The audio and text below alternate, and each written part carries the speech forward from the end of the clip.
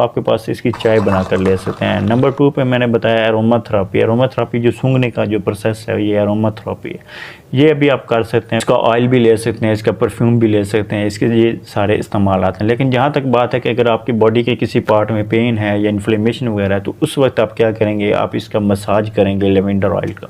अब इसमें क्या होगा कि आप प्योर जो है लेवेंडर ऑयल को मसाज में इस्तेमाल नहीं करेंगे, इसमें आप कुछ बेस ऑयल इस्तेमाल करेंगे। जिस तरह आपके पास ऑलिव ऑयल है, कोकोनट ऑयल है, बेर का तेल, जजुब ऑयल है, उसके अलावा आलमंड ऑयल। लेकिन इसमें रेशो का भी ख्याल करना है। अगर इसको आप खालिस इस्तेमाल करेंगे या इसको ज़्यादा मिकदार में इस्तेमाल करेंगे तो आपको एलर्जी वगैरह भी हो सकती है, क्योंकि कुछ लोगों की स्किन सेंसिटिव होती है। तो आप इसमें क्या रेशो करेंगे कि अगर आपके पास बेस ऑयल के आप 12 कतरे इस्तेमाल कर रहे हैं तो आप इसके लेवेंडर के 2 कतरे इस्तेमाल करेंगे तेल के। अगर आप बेस ऑयल के 6 कतरे मिला रहे हैं तो लेवेंडर के तेल का 1 कतरा शामिल करेंगे और उसको अच्छे से मिक्स करके आपके जिस बॉडी पार्ट में पेन या इन्फ्लेमेशन हो रही है उसको अप्लाई करेंगे। तो ये इंशाल्लाह आपको इससे फ़ायदा होगा।